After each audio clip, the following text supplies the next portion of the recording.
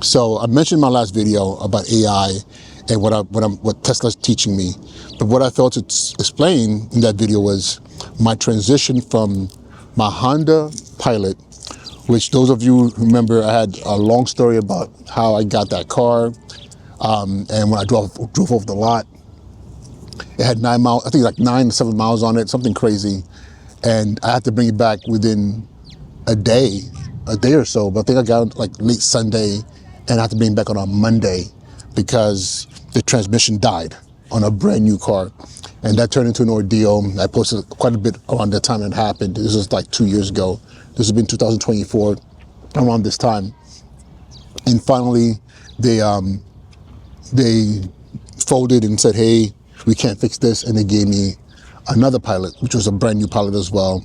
It was the Pilot Elite. It was black, chocolate interior, beautiful car with all the amenities, which I opted for, like the fully loaded. So, pardon me, it's a cigar. Yes, I'm at that age where I enjoy cigars. But so that car was fully loaded. It had all the tech. I think the best tech that Honda provided. You know, it had lane assisted driving where I could drive, push the button, and you could literally feel the steering wheel keeping itself centered in my lane. It wouldn't change lanes for me, but I could stay in the lane and know that the car was literally maintaining that. I still had to control the gas, whether I wanted to speed up or slow down, that I still controlled. The highlight of the technology was with the cruise control. Wow. Cruise control, once you turn that on, everything was different. The car would slow down or speed up based on what was happening in front of it, because the car had the technology to be able to gauge whether the car in front of me was moving too slow or if it was slamming on its brakes, and it could control that. But I still had to monitor it. You know, if it slowed down too much, allowed me to take control. I had to take control. But still, that technology was amazing. And I kept on thinking to myself, like, man, is this what people who are driving Teslas are experiencing, you know, on a much larger scale? And the time has come for me to start to decide whether or not I want to stay with the car for the full length of because I was leasing the Honda, or whether I wanted to move to something else, because I also understood depreciation is a big thing. People don't realize sometimes when you stay with your lease way too long, I think I had a 3-year lease. But then your 3rd year, guess what? There's been two cars after your car. You know, so for me, there would have been a 2025 to 2026 Honda Pilot competing with what I have. And at least 2 years, the car that I purchased was a 2000, even though I bought it in 2024, it was a 2025. Even though I've had it for 2 years, technically is the previous model, but now we're in 2026. And I was like, you know what, let me, you know, take advantage of this and move myself into something else, especially seeing that the new trims coming with the Honda, especially with the Passport. The Passport looks better than my joint right now. And the Passport is supposed to be like a crossover mid-size SUV. But what I have right now, that car looks so much better. So I was like, you know what, before I start losing money on this, let me decide to do something. And of course, as I was thinking about it, I was not thinking about Tesla. I'll be honest with you. I took a trip with my brother, spent some time with him, and then he announced that he was giving up his Mercedes, GS,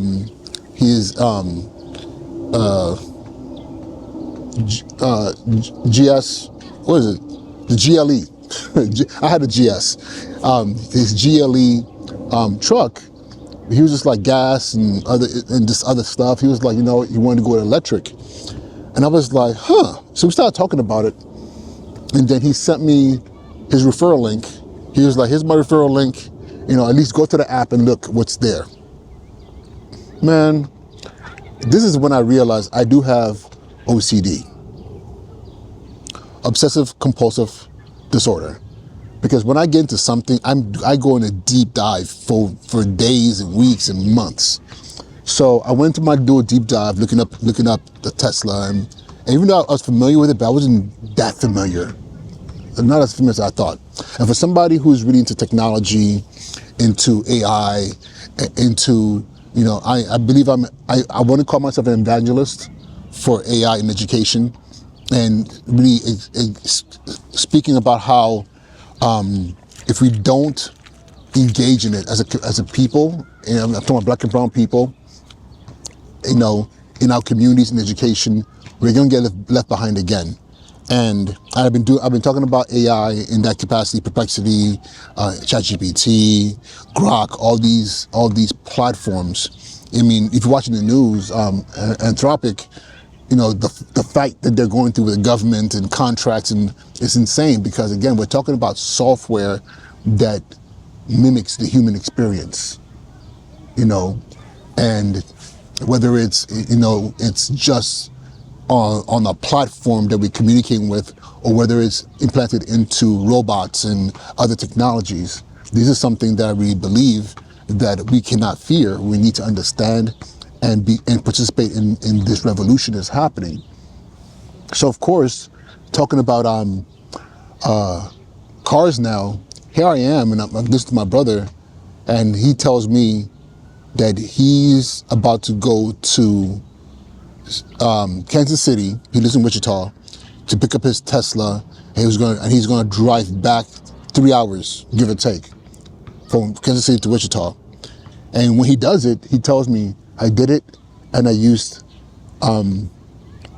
FSD. And I go, what's FSD? Full self-driving, supervised. Tesla will tell you supervised. And I was like, what do you mean? He's like, I got in the car, put in my directions, and it told me where to stop to recharge, and it drove me back home 3 hours. And I sat there and I learned the car by staying on the highway and watching this car drive me back. And I said, I'm not shocked, because I've heard these things over the past couple of years with the cybercab and robocab and all these other things out there. And I was very aware of the technology existing, but I've never experienced it for myself. I don't know anyone personally who's engaged in that technology, which is interesting because I live in New York City. I know, and I kind of know a lot of people, but I don't know anyone. You know, we talk about our computers and our VR experiences with goggles, and we talk about our meta glasses, but nobody's talking about something as advanced as a motor vehicle that has the technology that we are experiencing on the surface level, fully embedded in a machine. At least not a machine that's as complicated as a car, and the decisions that car has to make. Everything from reading lights and people and speed and navigation and making the decisions whether to turn right or left, whether to take an alternate route. All these things that we do as human beings every single day, to and fro from work, and to go meet with our friends and things of that nature. This car, at least Tesla, has vehicles that are living in that space. I say living in that space, working in that space. They're not alive, but some people might argue with you on that. So I was like, okay. I've never driven a Tesla. I've been in a Tesla Uber, but it was driven by somebody. It wasn't self-driving. The person who was driving was not doing self-driving. They were actually driving the car. I've been in an Uber like twice. I've been in an Uber once before with friends when I was at my cousin's wedding. And again, it was a rental, and the dude driving it was driving it. So it wasn't like, it was a situation where I can say, oh my God, he said, watch this. The car's gonna self-drive. You know, I'm looking in the water right now, and something is happening. I don't know if you can see that. There's a the water cops are flying out there. I don't know what they're flying out there for, but yeah, that was kind of wild. But like I was saying, so I've never actually been in one. I've never actually I've never actually driven a Tesla, to talk less about engaging in any kind of like automated driving. So I said, okay, fine. Let me check out this app. So I'm on the app. I'm going through it, and the best way I could describe it is like being on DoorDash, right? And you find whatever you're looking for, whether you need groceries or you're ordering food or whatever it is you're doing on DoorDash, and you're ordering a burger, and you're saying, okay, I want burger. I want meat. I want lettuce. I want meat. Pause. I hate the fact that we're in a world right now where urban culture has made everything you say pausable. So I want meat. Pause. Lettuce, tomatoes, cheese, whatever it is, fries. That was what it felt like on this app as I was composing this car. And I was looking at what he got, because my thing is I'm not big on sedans. I mean, I don't have no problem. I don't have any problems with sedans. It's just that I feel more comfortable in SUVs, bigger vehicles. I have kids, and sometimes I have to put bikes in the back of the car and think, I'm going to go play golf. I need to put my clubs in there. There's always something I have to carry with me. So I need enough room. I don't want to just throw things in the trunk and try and manage those things in the trunk of a car. So I love the fact that when I have a SUV, I have the ability to put more things in there. So I'm going through it, and my brother selected the Tesla Model Y Premium. So I go in there, I'm looking at it, and there's a standard, there's a premium, and there's a performance. And the performance is pretty much like zero. It's like zero to 60 in like 3.2 seconds, something crazy like that. And I'm like, okay, I'm not racing. I live in New York City proper. So yeah, I'm at an age right now. I have no need to be racing unless I'm trying to get away from something. That's the only time you're gonna see me speeding or trying to get out of a situation. So I decided, okay, fine. What I'm gonna do is I'm gonna hone in on the first two cars, which is the standard and then the premium. And the standard was pretty much the premium with everything stripped out of it. And I thought to myself, what I want is at least the amenities that I had in my Honda Pilot Elite. The heating and cooling seats, the windows, the self-folding windows, which was not in the standard. So I was like, okay, look at the premium. I looked at the premium, and it was actually cheaper than my Honda Pilot Elite. What I thought was interesting, And I was like, so this car is supposed to be super tech, but the gas version is, the gas car that I had, not version, the gas car I have is way more expensive. And in there, so I didn't understand why. But I was like, okay, I'm looking at all these things. I started watching some videos, and I'm just like, the Tesla is very modular. So when I talk about the technology, we're just talking about the car itself. It's artistically beautiful as far as how everything's composed in there. Very simple. There's only one monitor in the center console that has everything that you need on there. There is no on the dash in front of the steering wheel, the console there's nothing there. It's just air vents. So I'm looking at this, I'm saying, okay, now with this being said, what am I getting here? I watch videos, and every video I watch, people are excited about what they have, and yes, there's some people who complain, but a lot of people are just like the benefits of having a car. Number one, is electric. The fact that you no longer have to go to a gas station. You can literally come home and plug your car in, or you go to a charging station and you plug it in for a few minutes or whatever that time it may be to recharge, and then you're on your way. And typically it's supposed to be cheaper, In some cases it might not necessarily be cheaper, only because in some places you have to deal with the supercharging almost mirroring the cost of gas. So I thought to myself, okay, now because I live in an apartment building, so it's not like I'm in a house where I can put my own charger in there. So, and my building doesn't have any charging stations. Some buildings do. Some buildings are being very progressive and putting a station in, especially bigger apartment buildings. They're being built brand new. But my building only has 12 units in it. It's only 5 years old. It's beautiful, but it doesn't have that. So I thought to myself, okay, now it has to go out there and charge. And the charger stations, I have to find one, and luckily there's one very close to me. Like literally, it's less than a 10-minute walk from me, which means it's like literally a 5-minute drive, if that, just with traffic to get there. So on my way home, I can always stop there and plug my car in. And if it means that I have to let's say I have to plug it in for 45 minutes, I can walk home, change, come back out. But I like to walk as part of my workout, my daily regimen. I can walk back, pick up my car, and it's done. But what if it costs as much as gas? So I thought to myself, okay, this is really a good deal. Then I'm watching more videos and starts talking about things like maintenance, no more oil changes, like literally no more changing anything apart from your filters and potentially, not potentially, like depending on how you drive, your tires need to be rotated because you're not operating a gas engine that requires gas to build up accelerations and change gears. In electric car, you can go from one gear to another gear. There is no gears actually, you just go. And I'm watching this, I'm like, so the maintenance costs that I would have had prior to are gone. They are, I mean, if I could find reasonable places to charge, I would either be at the same cost of gas or more likely less. And if I'm able to get a charging station in my building, which means I would have to talk to the owner to see if they're willing to do that, that would literally cut my expenses that's equal to gas to in half, if not less. So I'm watching all these things, I'm watching these videos, and it made more and more sense. But what made the most sense is the fact that you have the ability to be in a car that can actually drive you.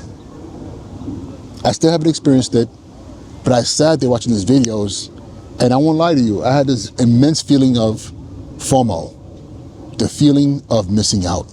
So I'm watching these people talk about their cars. And I'm not the people who are just doing it right now. People who are saying they've been doing this for the past couple of years. And I thought to myself, okay, I can't be the guy out here talking about technology the way I do and talk to my kids and teachers and educators about technology and how we need to really embrace it in AI and all the changes that are coming and how we need to be part of it if I don't experience this. So as I was in the Tesla app, which feels like DoorDash, it literally said everything on there and said, okay, if you want to order this car, you have to make a deposit of $250. And I thought to myself, $250 is a night, sadly to say, in New York City, is a night out drinking with the guys, right? Hopefully we're not spending $250 each, but still, if we're taking turns covering the bill for each other, $250 is not unheard of. I was like, okay, for a night out drinking, $250. A worst case scenario is a loss, because I'm sorry, every time you go out drinking for $250, it is a loss. So I went ahead and pushed the button. I was texting with my brother saying, bro, this is crazy. Am I about to push a button on a product that I've never touched, that I've never seen, apart from, at least not the one I'm getting. And I went ahead and hit it, and what ended up happening? They were I think it was confettis and whatever. Maybe I might have imagined the confettis, but it was like, congratulations, you've just ordered yourself a Tesla. And I won't lie, I had a little bit of anxiety. I called my brother, I was like, what did I just do? I'm sorry, what the heck did I just do? And he was like, bro, congratulations, you've stepped into the future. And he has his. He sent me videos of his and him, having the car parked into the garage in a tight spot. And then him, because they have a 2-car garage, and him not wanting to have to squeeze into the car, literally pushing the button, and the car backs out on its own. Then he gets in the car and tells it where to go, and it drives him. And I was like, okay, fine. So, yes, I ordered the Tesla Model Y Premium, black interior. I know people love the white, and I'm just not that guy. I've had 2 cars that had a light tan inside, and it's cool, but it's just not me. I'm black on black on black. I like everything black like me. The blacker the better. And so I went ahead and I've ordered it. Everything, the down payment's been paid. I've been put down. Everything's been done. All I have to do now is go pick it up in 2 weeks. That's less than 2 weeks. In 10 days, I have to go pick it up. And the journey begins. I'm excited to see where all this goes, because again, this is just the beginning. It's not just about the car. It's about how the world is changing in so many different ways. Like right now, this car is a level 2. I forget what the full wording of it, but it's a level 2 vehicle in the sense that it requires supervised driving. So the self-driving supervised, that means as the car's driving, I have to be ready to take over any given time. All I have to do is sit there. I don't have to touch anything. It'll do everything. But at any given time I need to take over, I can take over. And from watching the video, it's pretty simple. You just take the steering wheel and the car knows to stop. Is that you're in charge now. Then there's level 3, where now you just have to sit there. Like literally, you could be doing your nails, you could be watching YouTube, you could do whatever. The car is completely in control, and people are saying that we are a year, maybe 2 years away from that, where literally the technology will be so advanced that you can literally just get in the car and just go on a Zoom call, do whatever you need to do, and not to pay attention. The car will take you to where you need to go. But then there's a level 4, which I believe Texas just passed, where the car shows up and picks you up and there is no driver. There's no one in that seat. You just get in the car, and this is for their robocabs, I believe, robocabs, where you just get in the car and the car drives you. And apparently, I believe in California, that's already happening. I think in Oakland, in Los Angeles, it's already happening.